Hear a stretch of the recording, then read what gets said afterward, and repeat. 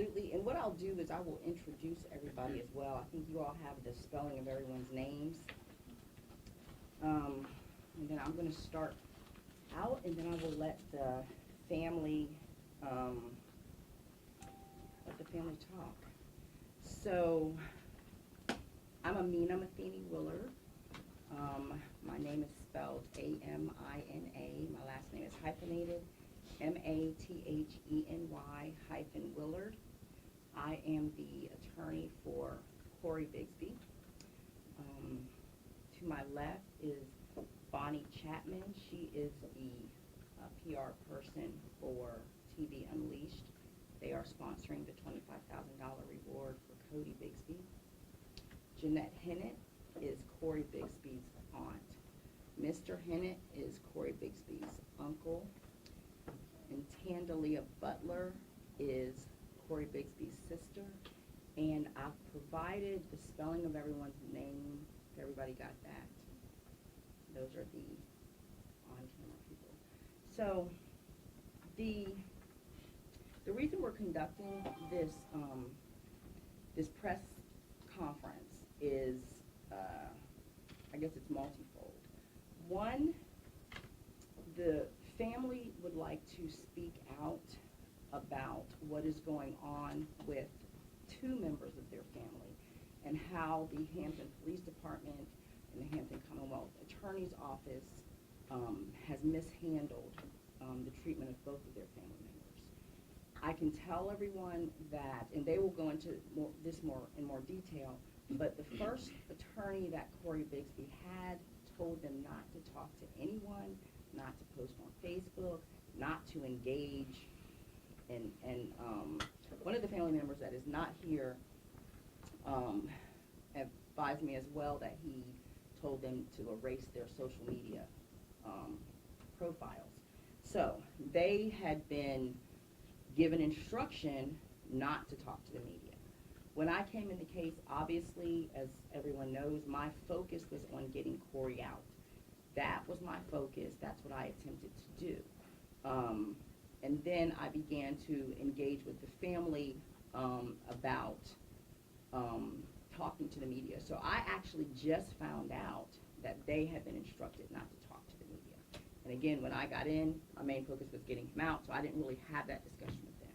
But they have wanted to speak. They, again, were instructed not to.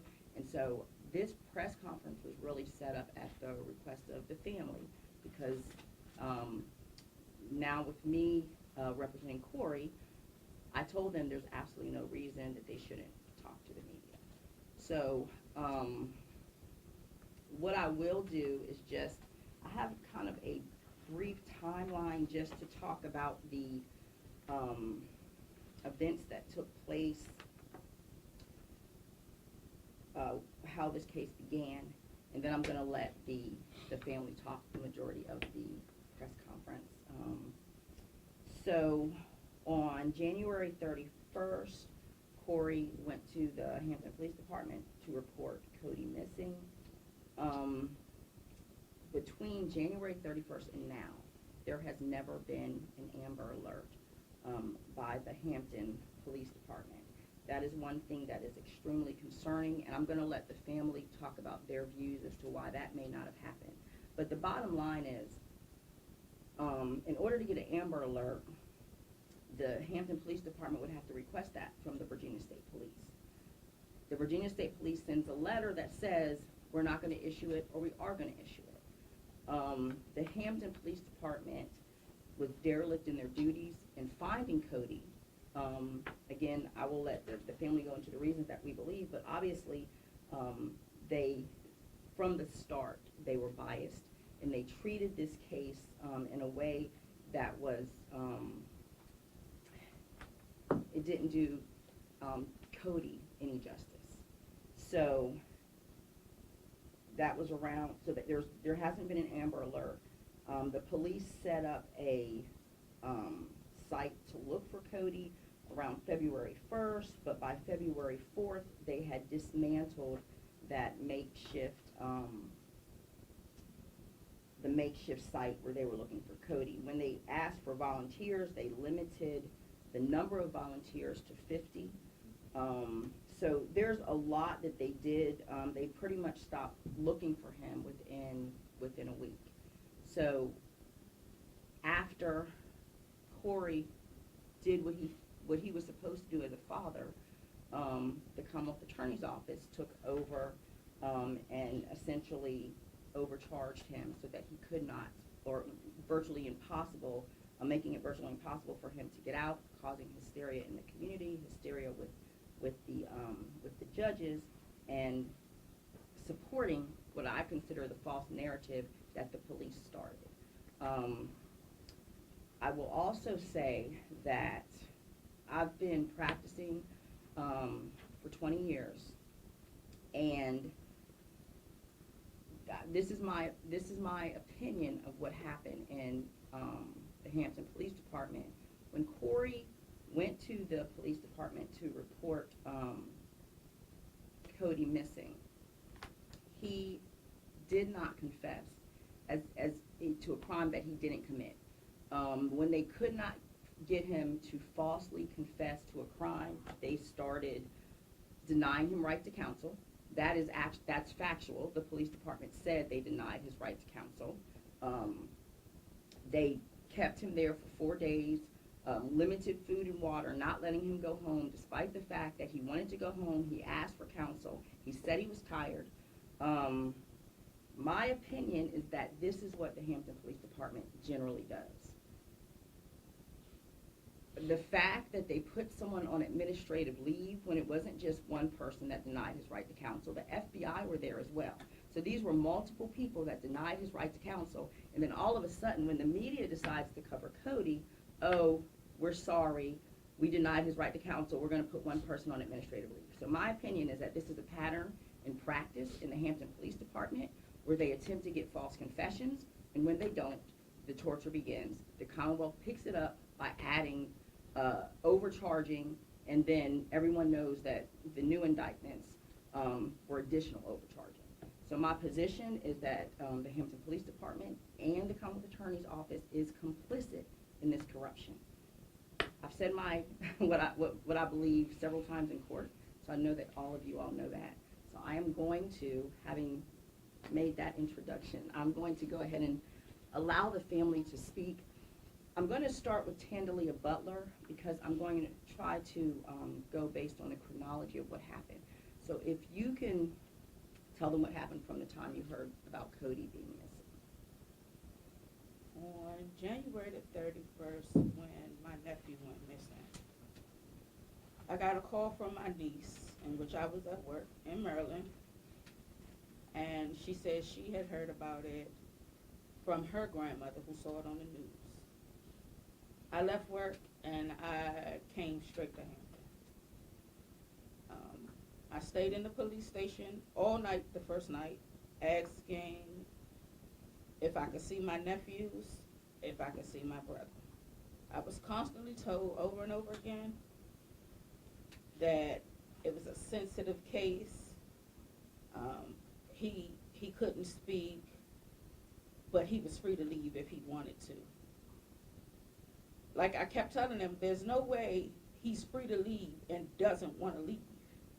Even if he wants to help you find his son, he would want to do it from home, around people that love him who can help and assist him with that. Still nothing. The next day, I left the station, went out and joined active searches. We were in a search that day and probably 2 more days. I remember my niece getting a call from one of the FBI agents. We had to go back to the station, turn over phones so that they could dump the phones. Police had those phones for every bit of 2 to 3 hours.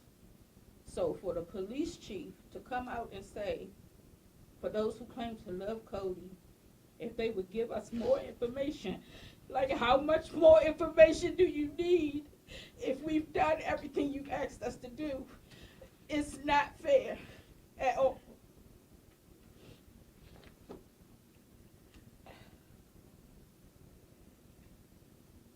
It's just not fair. We've done that. Then there comes where someone so-called found a jacket in tire tracks. That area where that jacket was found, I was clearly there on one of those searches in that very area, and that jacket was not there. How can you find tire tracks in a place where before, when my nephew went missing, there was snow on the ground? It's not possible.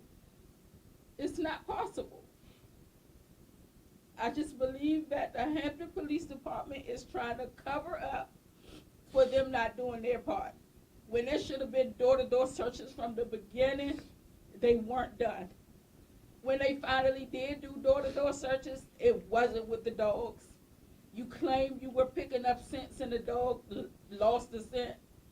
Clearly, you should have took those dogs to the doors and asked to go inside of these people's homes, which you didn't do. You didn't do the Amber Alert. Like, where does the fault lie on you?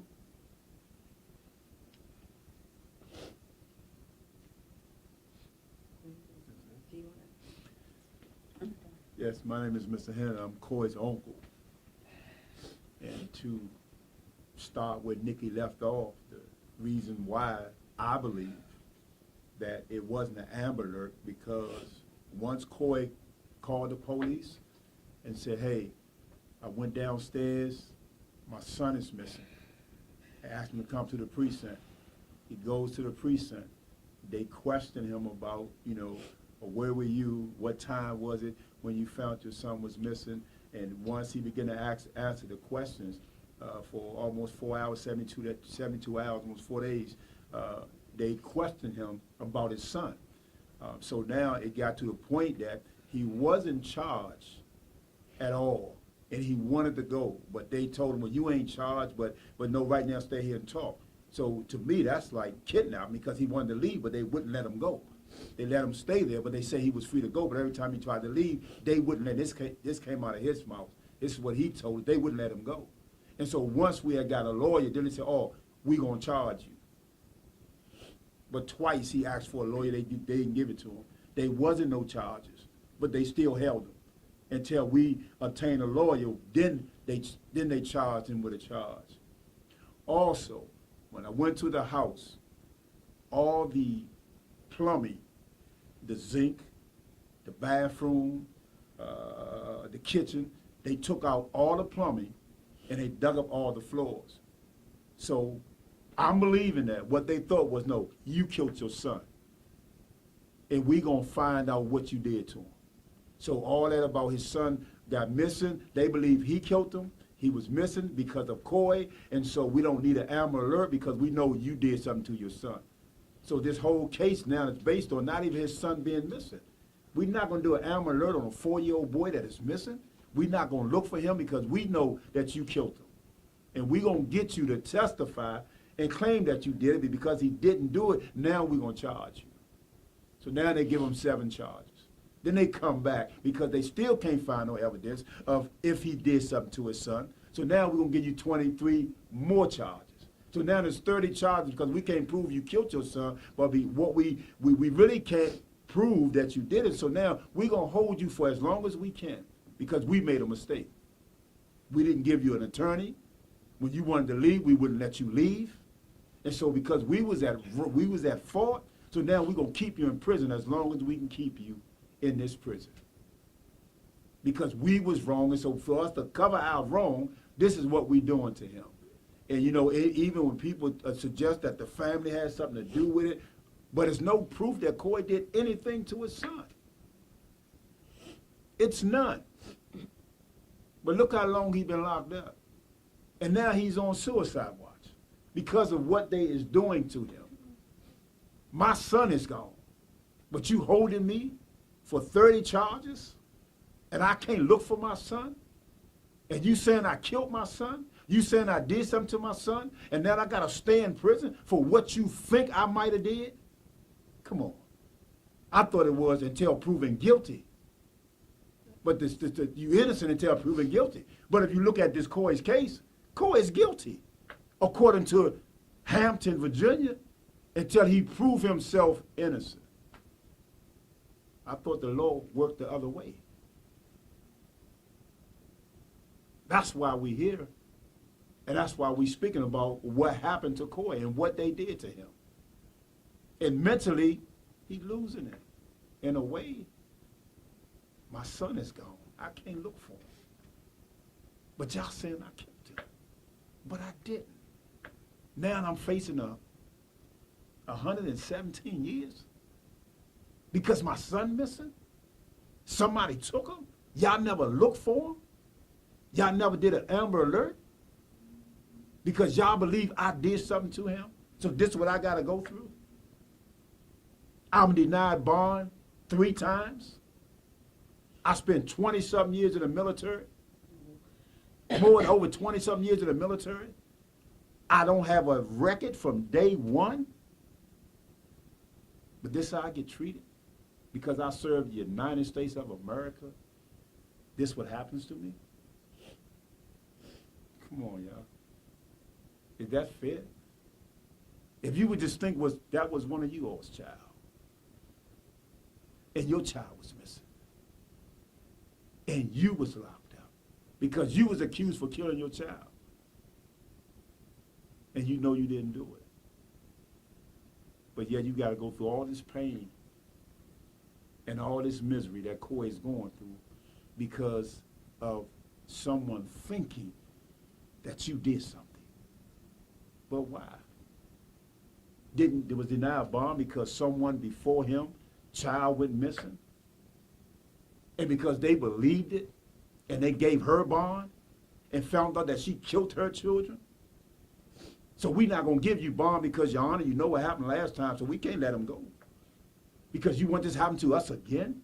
To release somebody who said they didn't do anything and found out that the lady did kill her child? Why? Is it because of her color she was released? And found out that she killed her own children? So now we ain't going to let Cory go? No, this is a black man. I want to say it clear. He did something to his son. And because of what happened the first time, we don't want to go through that again. So we're not going to let you go. So why am I denied bond 4 times? How am I a threat? How am I a threat not to come back to court? I gave y'all over 20 years in the military. I fought for America. To be treated like this? Because of what you think I done?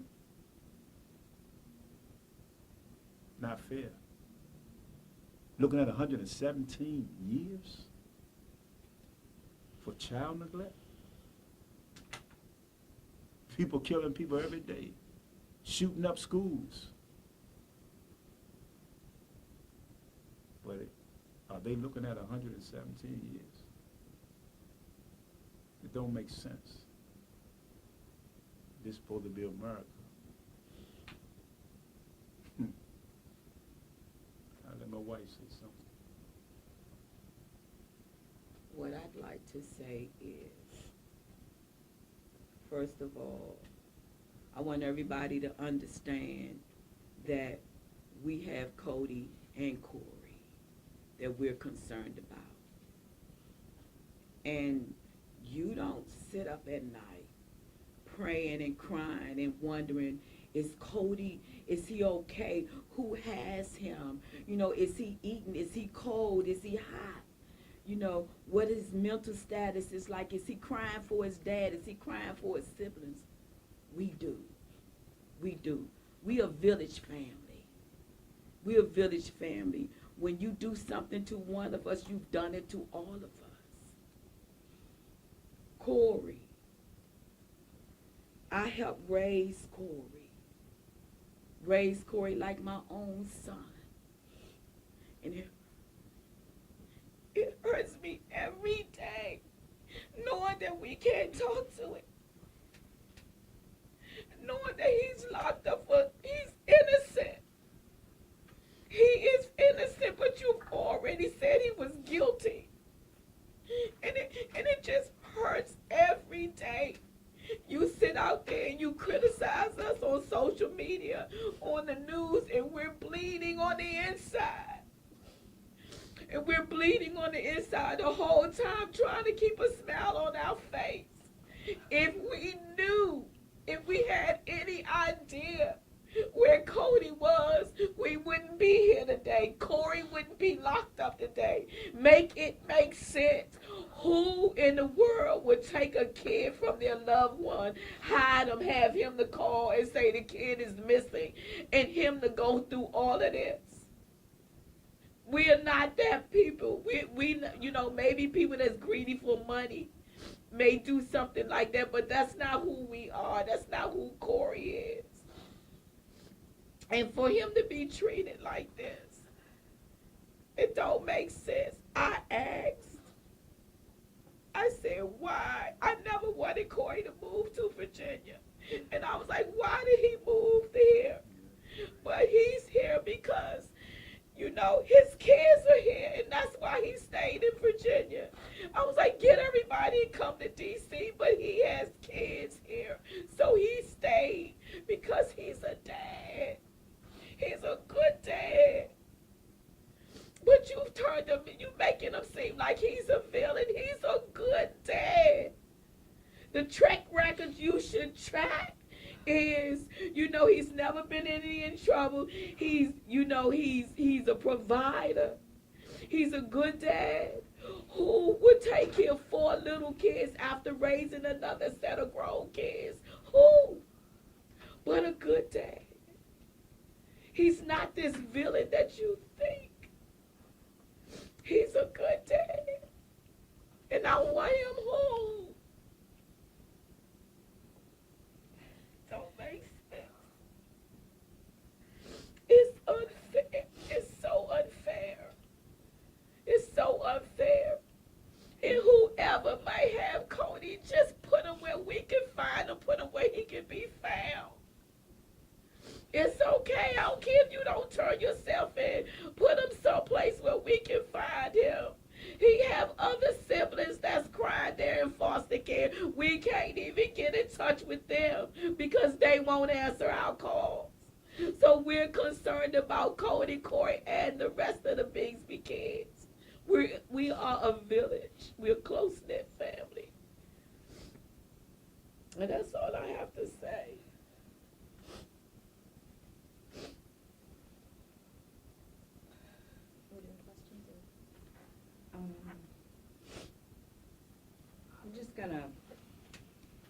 I'm gonna let Bonnie speak. Before I do that,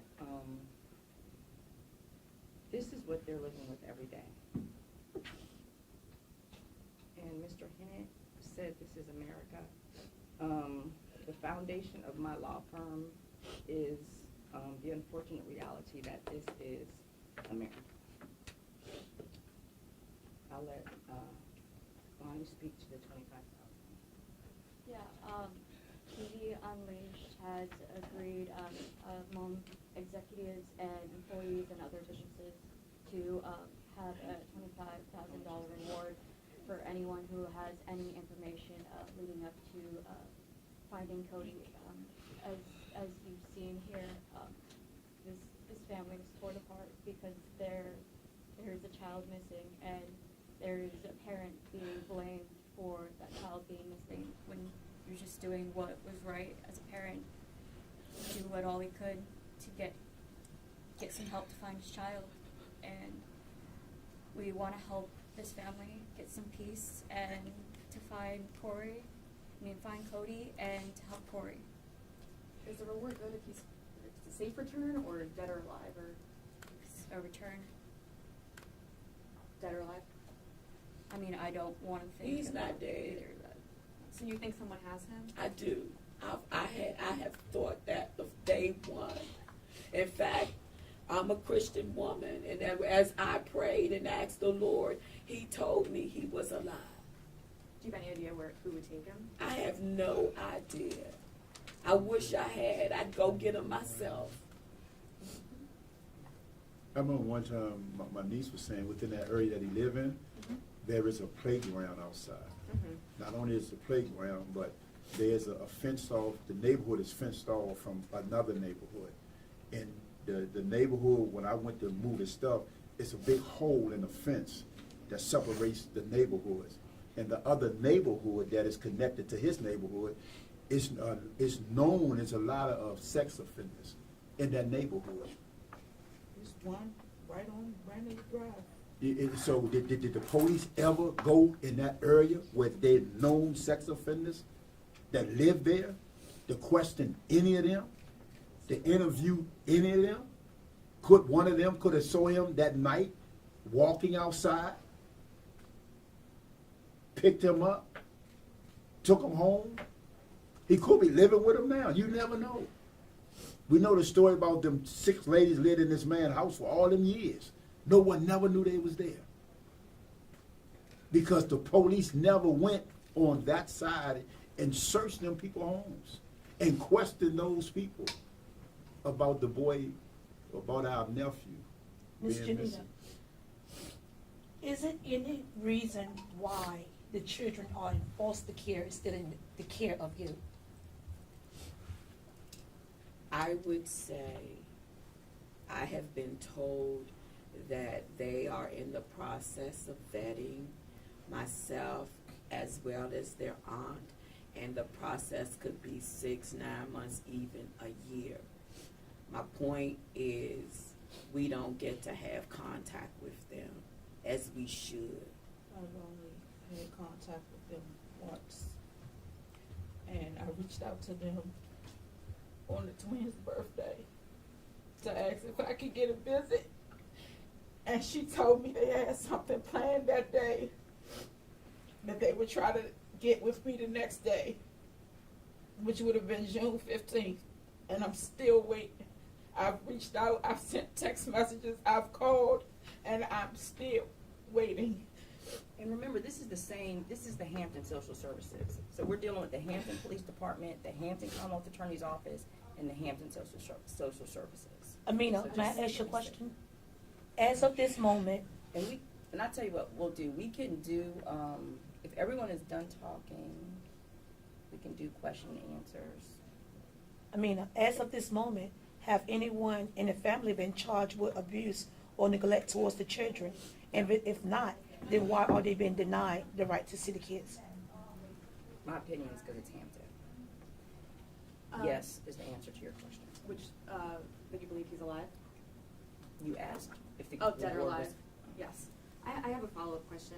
Neighbors of Cory's did report, and he admitted to police that he had left the kids alone for several hours at a time on multiple occasions. Do you have any response to that? Well, if he admitted that he left his kids alone, so do that prompt 30 charges of child neglect? And do that cause him not to have a bond? Do that cause him to be denied his right to a lawyer? Do that deny him his right to come out when he wanted to leave if he's not placed under arrest? If he admitted If he that, admitted it, do that cause for all that to happen to him if he admitted that? For them to not to give him a lawyer? For them to not to give him a bond? For them to not to let him leave when he wanted to leave? And let me just say too, to your question, I've had child neglect cases. Generally what happens, if children are left alone without injuries, which I know many of you were at the preliminary hearing, and that was the Commonwealth's evidence, that they were left alone without injuries. That is a referral to Child Protective Services. Child Protective Services visits the home, puts a safety plan in place, makes sure they're not alone again, and that's it. It's not 30 felony charges. At the most, it would be a misdemeanor. There is misdemeanor child neglect charges that can be brought. Leaving a child at home alone without injuries would be a referral to social services. If there were any indication that there could have been injuries, like maybe the parent left the child home alone before and they were injured, or the parent left the child home alone before and they were in the street, but on this occasion, they weren't injured, but the parent had the propensity to know that they could have been, then you get a misdemeanor charge. You do not get felony charges. These felony charges were, again, I look at the Hampton Police Department in conjunction with the Commonwealth Attorney's Office, because when the Hampton Police Department could not get a false confession, They called the Commonwealth Attorney's Office to say, how can we keep them? And these are the charges likely recommended by the Commonwealth Attorney's Office. We'll give them felony charges. I can imagine the conversation was, well, we can't find anything about murder, and he didn't do anything. Well, didn't he say he left his kids home alone? Yeah, but that would just be a misdemeanor. No. Charge him with felonies. Charge him. How many kids does he have? All of them. How many times did he do it? So that's, the police can contact the Commonwealth Attorney before they bring charges. That is the conversation I imagine. We can't let him go because now the media has picked up on the Cody Bigsby case. We can't just let him walk out of here after we denied him a lawyer, denied him the right to go home, denied him food and water, had him sleeping on a cot for 4 days. We can't just let him waltz out of here, so we have to cover this up. Amina, as of today, is Cory still maintaining his innocence, and what is his message right now? Cory is not just maintaining his innocence. Cory is innocent. And the message that, what you've heard from the family is his message. They've had contact with him prior to, I know that Mr. Hennett made a statement, but prior to that status at the jail, he was communicating with his family. So you've heard, you heard Mr. Hennett tell all of you pretty much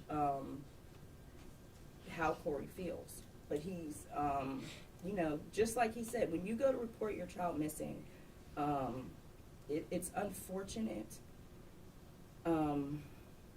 that you have to be concerned that you're going to be prosecuted, especially as a black male in this country. And I can tell you that if I knew Cory before he went to report his child missing, I would have told him, no, you don't go. You need to send a black female to go that will know what, because you all know that the way my practice is about civil rights. So I go from case to case to case where there is police corruption, where the Commonwealth attorneys are doing corrupt things that are corrupt. So I have advice for all of my clients, and there's no way. In fact, I got on after this case, before I got in it, that if you're a black man in America, you cannot report your child missing. You go to the wife, or you go get a female, because black females are less likely to be targeted by the police. Also, black females will tell the police, no, I'm not telling you anything that you need to know other than, the height, weight, description of my child. Whereas, the charges that they have is because they were talking to him about stuff that happened prior to the disappearance of Cody. And it's just unfortunate, but just like Mr. Hennett said, this is America. This really, really is America. And Thank you. And then I spoke with him, and at the time I spoke, he crying. I said, "Oh man, they got me locked up for doing something to my son. I want to see my son. I want to look for my son." So he crying and pleading because he incarcerated for doing something to his son when he know he didn't do it, and now he crying because I can't even look for my son. I really can't. And and at this point we can't even visit him. We can't even see him. My wife and I, we are reverends in the church, so we clergy, and we still can't go see him. And I've been going to prisons all my life because I do prison ministry. And even when other people can't get in, they still allow clergy to come in. But we can't go see him. Mr. Hennett, when was the last time you saw Cody alive? Cody? Yeah. Cory. Cory. Cory No, or Cody? No, Which Cody. one, the son or the Cody, father? the son. When was the last time you saw him? Maybe 2 years ago. 2 years ago? Yeah. Tandalia, when was the last time you saw Cody? I think I've answered that question more than enough. Tandalia, can you tell us what state you live in, different from where baby Cody lives in? I'm in D.C. And baby Cody resides, in Hampton. thank you, Virginia. Correct. And Thank may you. I ask, why the $25,000 reward now? Why Because now? we want to bring my nephew home. I think I can answer that.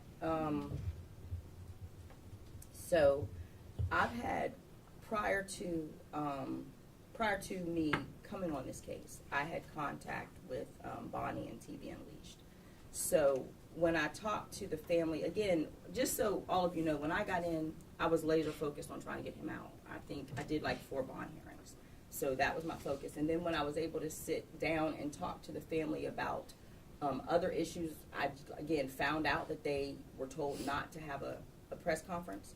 And then that's when we started having conversations. Okay, well, let's do this press conference July 15th. We talked about this about a week ago. Let's do the press conference July 15th. And I talked to them about about TV Unleashed. Now they had,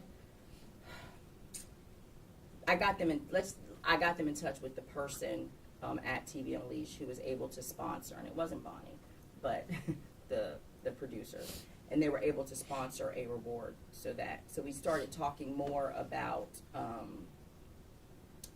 I guess, like after I did the 4 bond hearings, we sat down and started talking more about everything. And then that's when I found out that their previous attorney said not to talk to the press. And I was like, well, do you all want to talk to the press? And they were like, yes. So we set up this press release. I started talking to them about possibly getting a sponsor for the reward. And that's how all that started. So that's why now, I guess, is the best. Amina, when is Cory's next court date? Okay, so I think somebody called me and said, if you look on the circuit court website, it says July 22nd, and it says for a guilty plea. That next court date, so the next court date, to answer your question, is July 22nd. On the court's website, it says guilty plea. It's just a control date. He is not pleading guilty.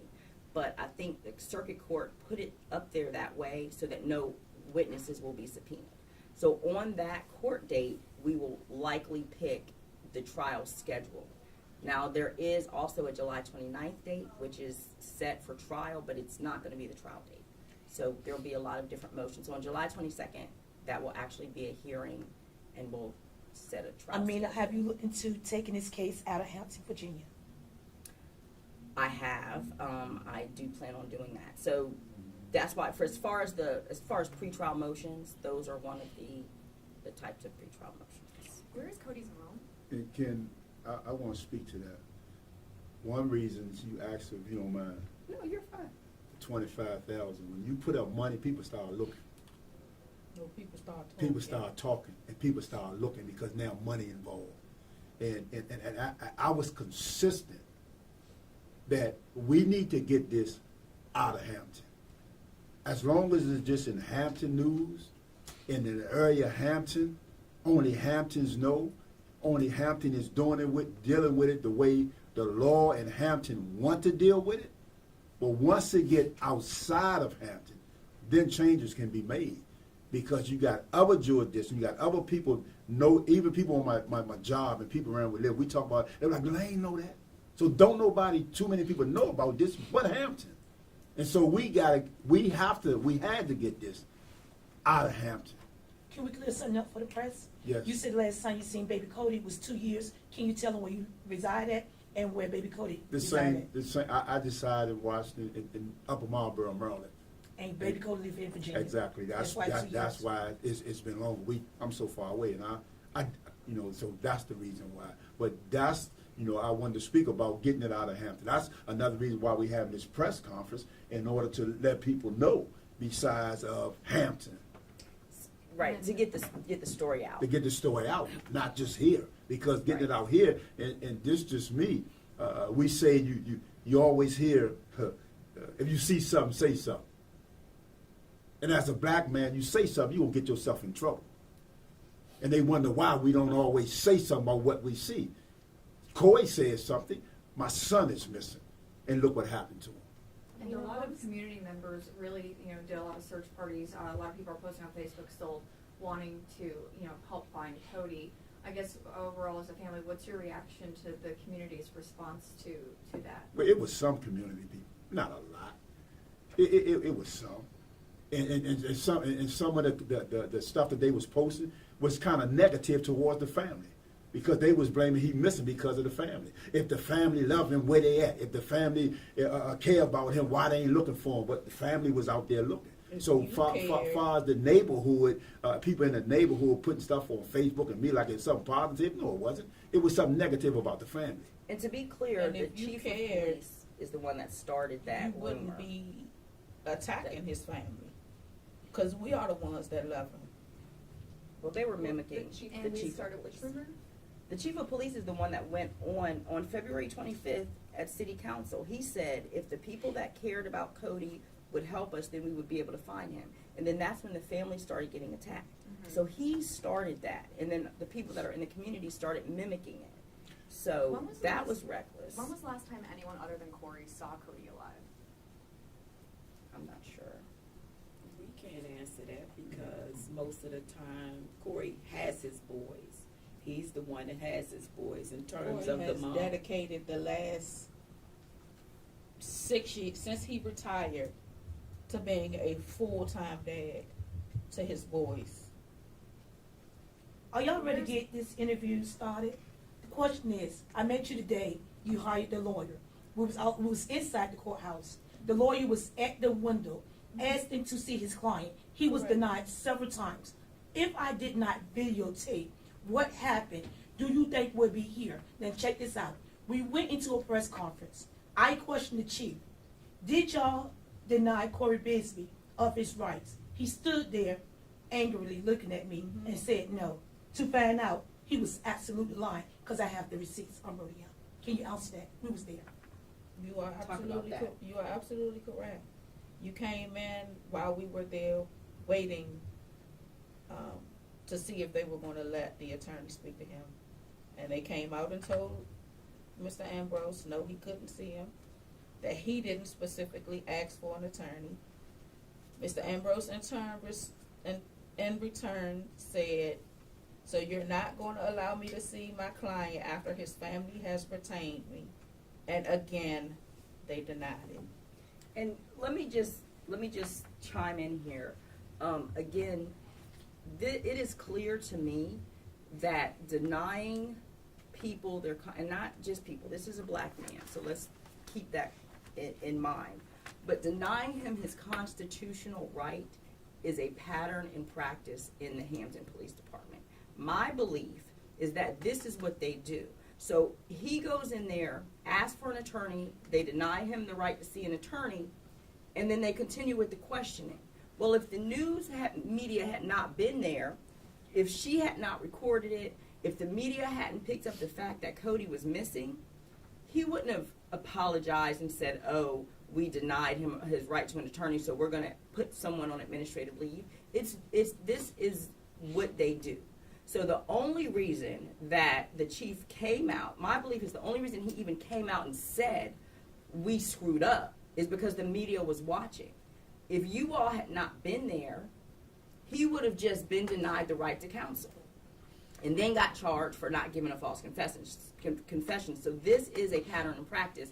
And the only reason the chief admitted that he was wrong is because he didn't have a way out. So the concern really should be for the people of Hampton and the Commonwealth of Virginia. How often does this happen when the media's eyes are not watching? I'm going to give you a little glimpse into a family conversation that we had at the table when this kicked off. You know, we're watching the news, we're listening, and all we hear out of the chief's mouth is he's free to go. He's cooperating. And so we talked among ourselves because we know Cory. Like, why is he sitting at that precinct and not contacting us, letting us know what's going on? We'll be there lickety split. Why is he just sitting there? But the whole time we've been lied to. He wasn't free to go, because when you're free to go, you can say, you know what, I'm done with this conversation, I'm out of here. But that was not the case. And the proof is in the pudding. So when the attorney shows up and he was denied to see Cory, there you have it. Even Tandalia, who slept at the precinct, I said, tell them to let Cory know that his sister is out there, because I feel a need to let them know that, family is here for you. We're on the scene. They never said I asked Detective Snellgrove that to let him know. He said he would. Another detective came out that morning. He said he would. No one ever told Cory that I was at the station. In fact, when I finally talked to him, he said to me that he told them I have family who don't even know what's going on with me.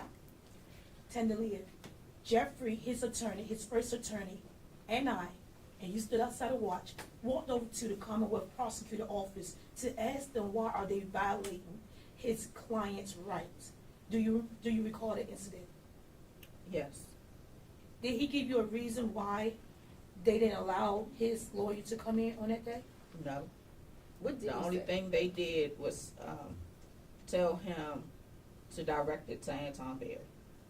I want to go back to something about the teams, the search teams for Cody as well as the reward money. I first want to thank all of the teams for their efforts and their diligence in looking for baby Cody. I appreciate that. In terms of the reward money, as I sit here and think about that, you know, we had to jump through some things. We had to dispel some. There were a lot of fake GoFundMe pages that were not honored by the family, that were not generated by the family. And so people didn't know what was what and who was putting out what. Yeah, some people got paid. In fact, I researched about 4 different ones as far as Texas, putting out GoFundMe pages for baby Cody. And so as I thought about it, like, you had to let all of that pass through the riffraff so that the genuine approach or reward money can come through, so people can really tell us where Cody is and do what's right. I think Julie tried to ask this question earlier, but I also want to know the same thing. A lot of people are asking within Hampton Roads, where is Cody's mother? Is she involved? Is she helping you all search? Well, No.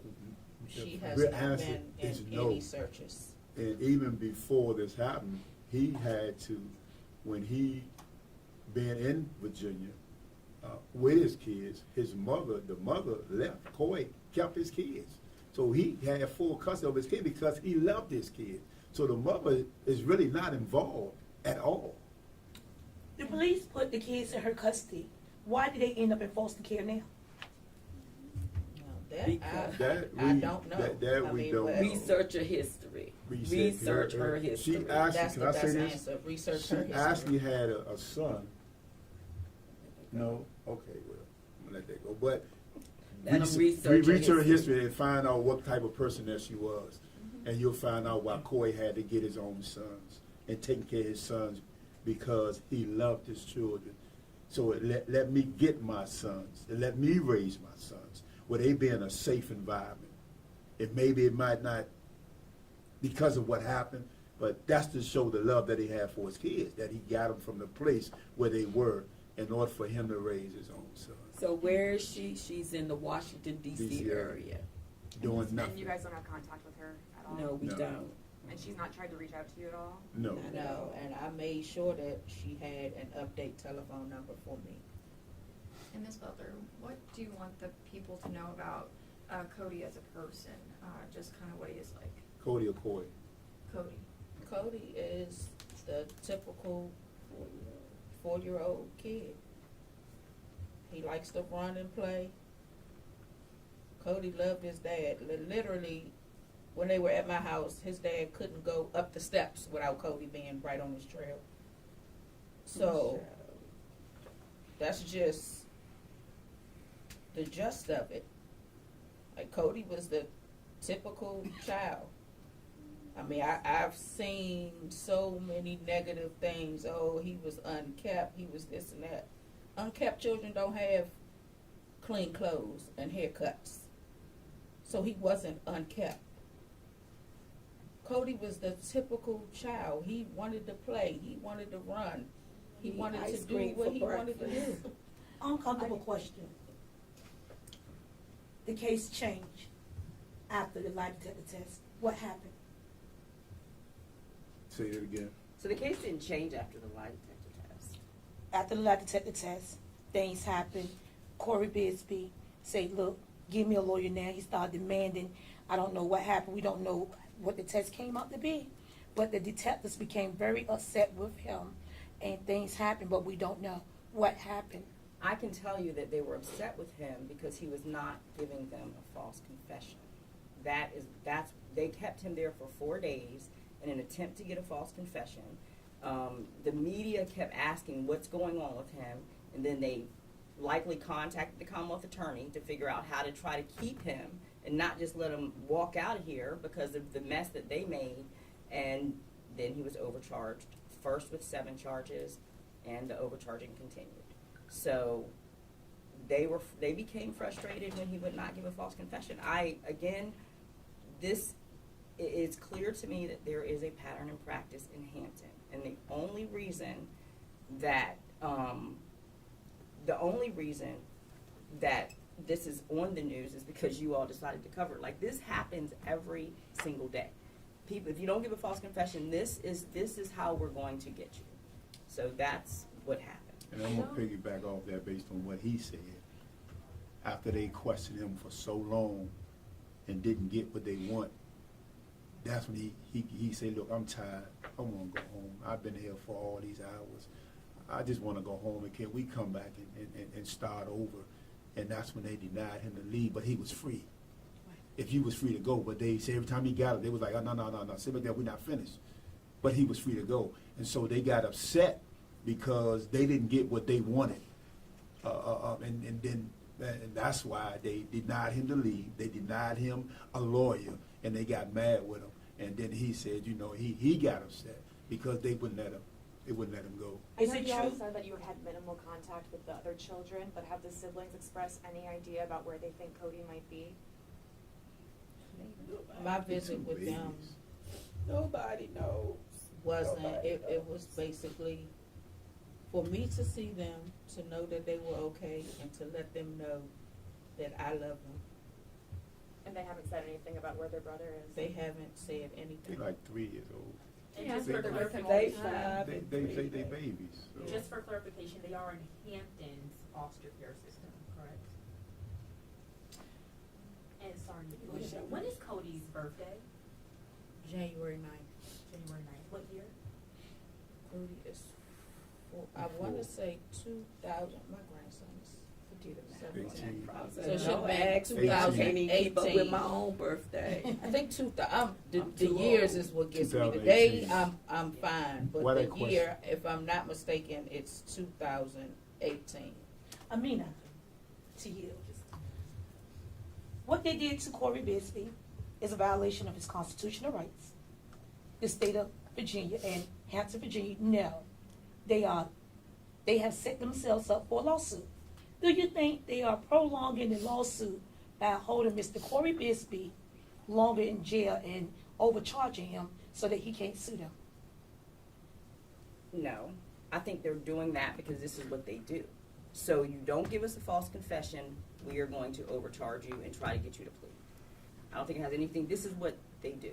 Y'all all So plan I on don't think suing, it has right? anything to do with the lawsuit. Are y'all planning on suing? I did, I sent a notice of intent when I first got on the case, so yes. You guys said that you wanted to come to the media to kind of spread the word a bit more outside of this area. So Right. do you think it's possible that he could potentially be somewhere out of state and they should be searching in other states right now? It's possible. I feel like at this It's point, possible. they should be searching everywhere. Everywhere. It's I possible. feel like had a Cody alert, had an Amber We're gonna get alert you- went out, She's prophesizing. then, yeah, that too. We're gonna get a Cody. But I feel like if an Amber alert went out, it would have been nationwide. And Cody may be home by now. And if he was, and if he is out of the state with an Amber alert, that could have stopped him from getting out of the state because they'd have been looking for someone with this young man to taking him outside of the state of Hampton. But because it wasn't put out there, he could be anywhere. He could be next door where them sex offenders live at. He could be there, but because it wasn't an Amber alert, nobody looking for him.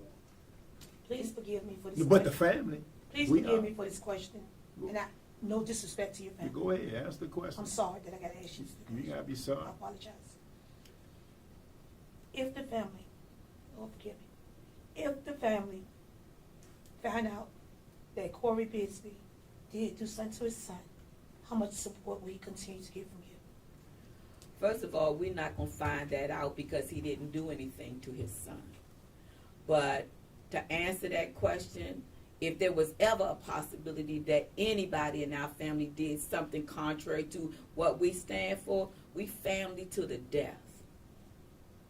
So we're not going to find out that Cory did anything to Cody because that's off the record. Cory did not do anything to Cody. And I just want to speak to something that the chief said as well about the Amber Alert. He said he went against the grain to call in the FBI. He went against the grain to do that, but he said In the first few hours. Yeah, he said that, you know, this situation about Cody didn't warrant an Amber Alert. So here, Chief, you're making a choice. You go against the grain to call in the FBI on a man who reported his 4-year-old son missing, but you don't go against the grain to put out an Amber Alert. And my question to you, sir, is why? And y'all should, hopefully y'all will follow up with the chief of police. But understand too, what they were talking about is not just the Hampton Police Department that was in there for that 4 days violating Cory's rights. It was the FBI. So it's not just one police officer that said you're not going to get a lawyer. They did this in conjunction with the FBI. So again, my concern is obviously both Cory and Cody, but Hampton and the Commonwealth of Virginia, if these are the practices that the Hampton Police Department are undertaking, because it wasn't just one person that denied him the right. And then once they realized, okay, we can't waltz him out, we can't just let him go home, they no doubt had a conversation with the Commonwealth Attorney about what charges can we put on him. So again, my practice is defeating corruption everywhere. So what kind of conversations do you think they had once the media got involved, once Jeffrey Ambrose knocked on the door to see his client and they said no? They had conversations with the Commonwealth Attorney's Office. They are both complicit. So it's not just, the point I'm trying to make, it's not just this case. It's not just one rogue police officer. We're talking about the police department and the FBI. So all of you all denied the right for him to get a lawyer, and then you overcharge him, so you deny him the right to bond, which is a constitutional violation of the 8th Amendment.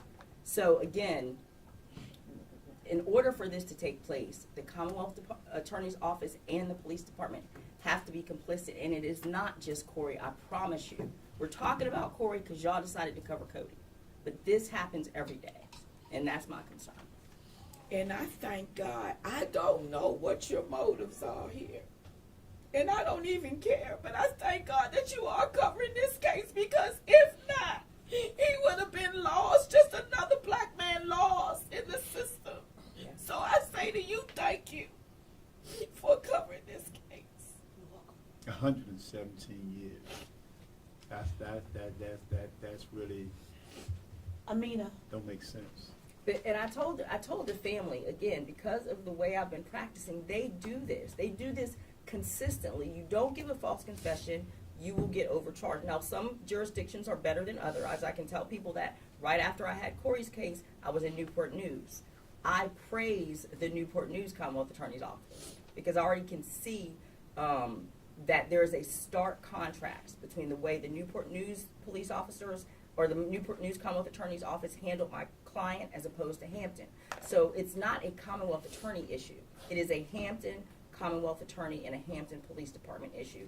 And everyone should be concerned because this is what they do. That's what I meant when I said this is America. Amina, adequate attorney, your opinion, do you feel as though Mr. Jeffrey had his client, Mr. Cory Bigsby, best interests at heart, and how did the Commonwealth Prosecutor Office get the whole of something Mr. Cory Bigsby, which is military record, on a release to his attorney? So this is what I'm going to do. I have filed motions in court with regard to how I feel about Jeffrey Ambrose. I am going to not answer that question because I don't want the focus to be on Jeffrey Ambrose. I'm focusing on the Commonwealth Attorney's Office and the police department because Well, they are actually. how did they get his military records if he only released it to his attorney? I But don't that's know. a no-brainer. I don't know. Exactly. But I did when I was in court. That was the way it happened. So, but I don't know how that exchange took place. But Jeffrey Ambrose was fired, and Cory's reasons were he was being unethical. Can you give us an example? What about the phone call? What call you referring to? Sorry. Mr. Ambrose questioned Mr. Cory Bigsby, almost trying to lead him into a confession over the phone line. And then after he answered, he said, lucky you said what you said. Because this phone call is being recorded. Yeah. He asked him, did he kill Cody? Cory said no. And Mr. Ambrose told him, yeah, lucky you said no because this call is being recorded. Amina, what if he had said yes, then what situation would Mr. Bigsby been in by his lawyer, knowing the jailhouse phone calls are tapped? Why would he ask his client for a confession over phone? So first he went and said yes because he didn't kill Cody, but lawyers know you have to keep your client information confidential. So that would have been an ethical. I mean, there's when I did the motion to clarify the reason that he was terminated, I listed the phone call, I listed the military records and some other things. But what I want to do today is focus on the $25,000 reward for Cody, and just let everyone know about how, what's going on with Cory, and the fact that not only the family and myself agree that what the Commonwealth Attorney's office is doing is awful, but also that TV Unleashed is in support of our position as well. Does anybody have any other questions? TV Unleashed would like to have anyone who has any information, please come forward. This family is suffering, and if it was any of our family members that were missing, you would want the same, and we hope that we can be able to give them some peace and some clarity to the situation. And we ask everyone to keep an eye out for Cody. And we're doing this clearly, and just to be clear, because the Hampton Police Department and the Commonwealth Attorneys have been derelict in their duty in locating Cody. They've been complicit in even just, simple things like asking people for their Ring cameras, asking people for cameras at that time. They've been complicit in this, and so this is definitely a dereliction of duty by the Hampton Police Department, and it is supported by the efforts of the Commonwealth Attorney's Office. Before we go, one last question from me. No one has told us why y'all not allowed to visit Mr. Cory Bigsby. I can tell you. So I meant to follow up on this. What they said as far as them being clergy, I did talk to the Hampton Regional Jail, and what their response was, no, they can't visit. We already have in-house clergy. So if he wants to see somebody in-house, he can see them. They're not having visitation because of COVID. So they're blaming COVID. That's why they haven't been able to see him. But Virginia was the first one that disregarded their mask wearing. So Yeah, but black why people is- are in the prisons and jails, so it doesn't. And I myself, I've been doing prison ministry for 25 years. Been in all the prisons, North Carolina, West Virginia. I've been going to prison for 25 years. I never was denied visitation as a reverend, as clergy, to go into a prison. Even at DC jail, when they had, because of the COVID, we were still, as clergy, allowed to go in. So maybe Hampton had their own laws and their own rules, but I've been in the federal penitentiaries for 25 years doing prison ministry, and I was never denied to go into the prison. violation too, because you Never. do have a right to your own attorney, your own Clergy. clergy. if you all could find out why the Hampton Roads Regional Jail isn't allowing visitation, that would help. Yeah, let us know. If you could find out why the police department didn't do an Amber Alert, or at least go through the procedures necessary to get a denial, if that's the case, from the Virginia State Police, that would help. If you could find out how many police officers and FBI agents were in the Hampton Police Department during that 4-day period that Cory was denied an attorney, that would help. And why they set up shop, why they closed up shop in terms of looking for Cody after just 1 week. So My after 4 understanding days, that they were told that there was not enough criteria, they didn't meet the criteria for the Amber Alert. So what I would like is the letter. So it's just to be clear, when I got in, I did a notice of intent. Part of my question was, did you do an Amber Alert to the city? Their response was yes. But what that means is, show me, so I asked for the letter. Show me the letter where you asked the Virginia State Police to do the Amber Alert, and then show me the letter that the Virginia State Police gave back to you that said there's not enough criteria. Okay. So where is that? I see. That's what I'm talking about. Okay. Don't, and I've said this, I know, to one of you all, but I do not trust the police. You don't just take their word that they did an Amber Alert. There should be a paper trail. Where is that? That's my point. They didn't, you're not gonna find it, but the point is, there should be a Even paper if they trail. didn't do an Amber Alert then, what about now? Baby Cody still is Well, not if he here. left the house and he's walking and someone picked him up on the street, they could be in California now. So, yes, they should still do that. Again, they've got this hard on for Cory. It's So sad. that's just, Yeah, that's the like, real I don't even know sad. how else to say it, but that it shouldn't be left to them. From day one. So that's why it'd be nice if you all would bug them about, well, where's the Amber Alert paperwork? Where's the proof that you actually did it? If you didn't do it now. Right. Like, Where's the Amber Alert? do something, anything. So, And if a child's missing, I don't see how, a baby was gone, been missing, and it's 2, 3, 4 days, but that's not the real qualification that is needed to do an Amber Alert. Yeah. That don't make no sense. I don't want me to talk about black children you say- missing, because I'll tell you what I believe, but I'm not. That don't make sense. So, I just want, everybody to know, if you can, look at your heart and imagine that's your grandson, that's your son, that's your nephew, that's your cousin, that's your little brother. What would I do in order for me to try to find him? What would I do in order for me to try to get him out of prison? What would I do if that was my family? And the statement that was made earlier about the neighborhood, and, a lot of stuff the neighborhood done was negative. When we went to look for, and this disturbed me, when we went to move him, it's a little girl. She couldn't be no more than about 8 years old.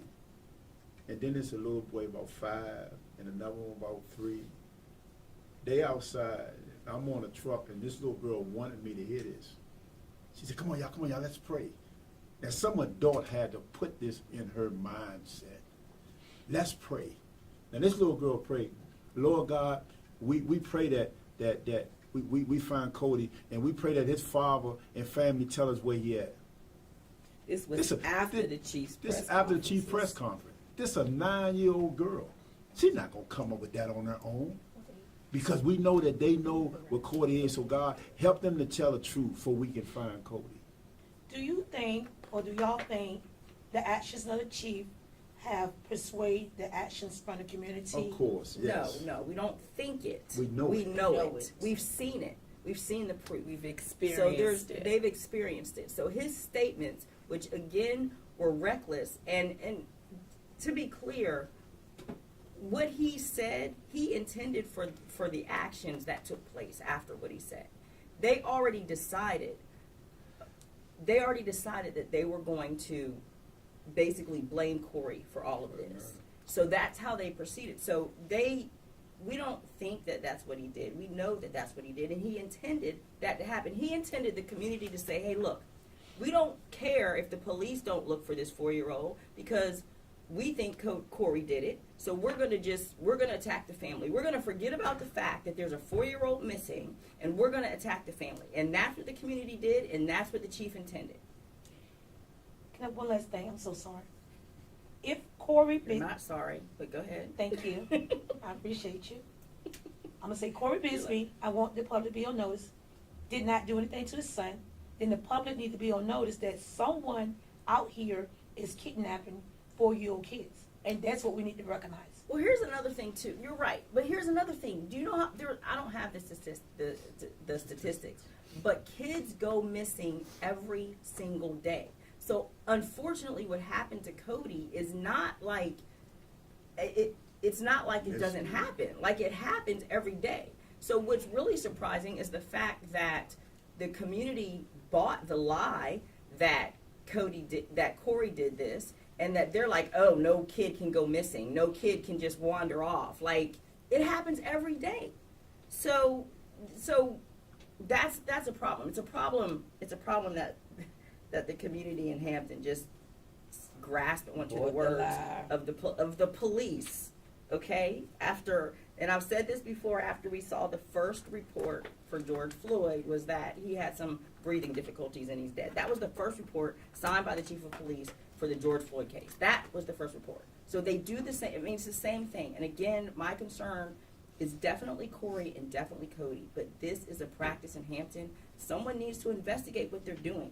The only reason, again, the chief of police apologizes because he got caught. Not because his officer did something that he doesn't normally do. This is what they normally do. The press was covering it. He got caught, so he's like, okay, who wants to be suspended? Because one person has to be put on administrative paid leave. But even though there were 20 people in the room, but somebody has to take the fall. I have to go out and say, we don't do this, we're sorry, blah, blah, blah. Y'all need to investigate what Hampton is doing. How Because is this is not the first being time. paid a reprimand? It's not. It's still being It's paid. vacation. Exactly. The Hampton Roads Police Department has failed this family in more than one way, and we're hoping that the public can get us some answers. So that's it in that soul. They were concerned about how they were gonna fill up 1 hour. I said, just talk. No, we got the questions. Does anybody have any other questions? I do. I have one question. Yes, sir. After it was revealed that Mr. Bigsby was denied his constitutional right to an attorney, the chief judge in Hampton and some other judges signed off on a letter recusing themselves from the case. So who's handling the case now? Right now, we are waiting for the Supreme Court to appoint a judge to handle the case.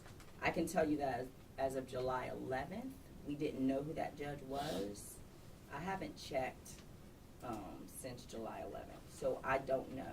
But the Supreme Court will assign a judge. And as soon as I find out, I'm going to find out what their reasoning was. If I put why I think they did it, then, but I'll see if they put something on paper as to why they were accused. Can you explain to us how 7 charges turn into 30 charges? How do this system work? How do that work? Do you just want me to say the corruption of the Hampton Police Department, or do you really explain what? Because I'm very confused on how you go to court with 7 charges and then go to the circuit court and end up with 30 charges. How do the system work?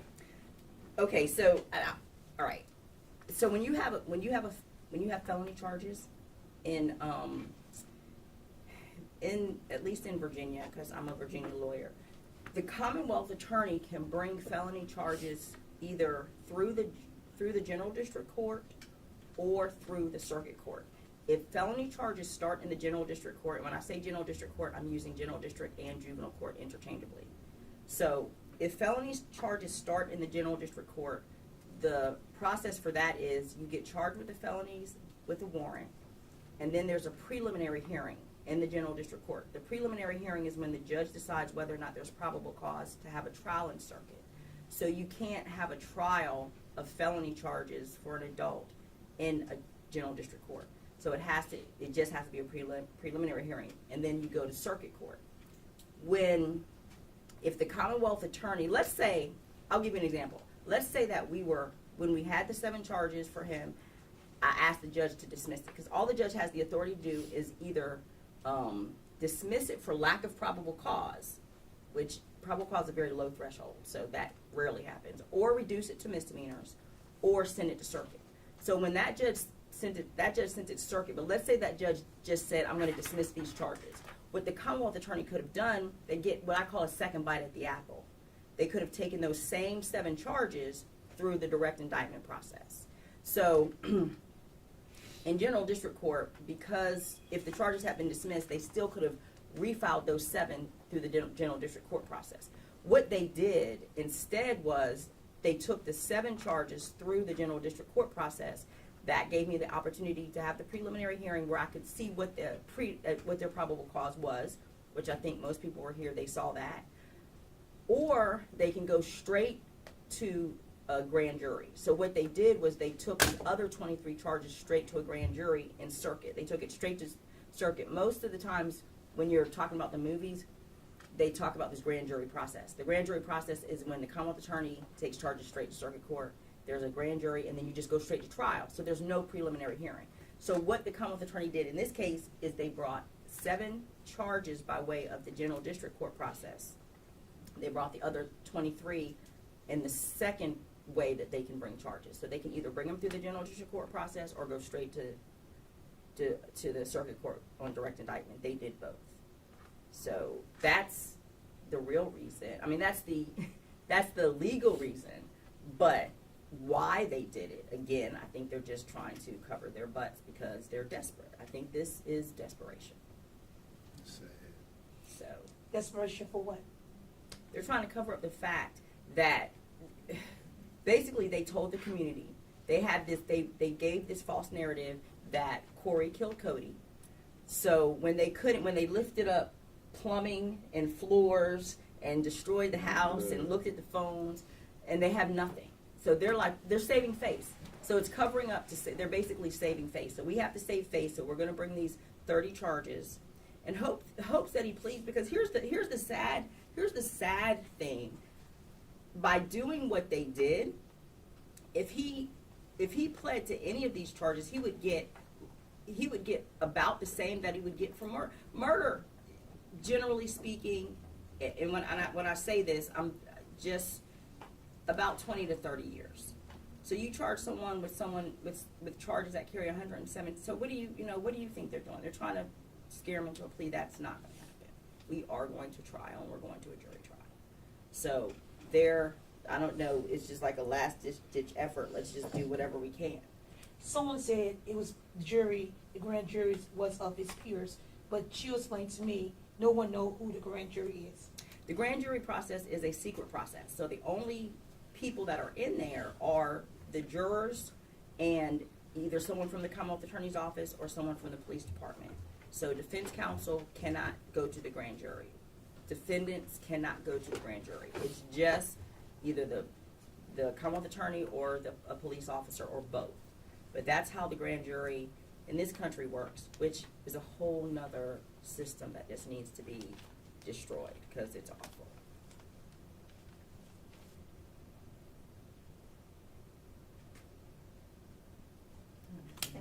Thank you very Thank much. you.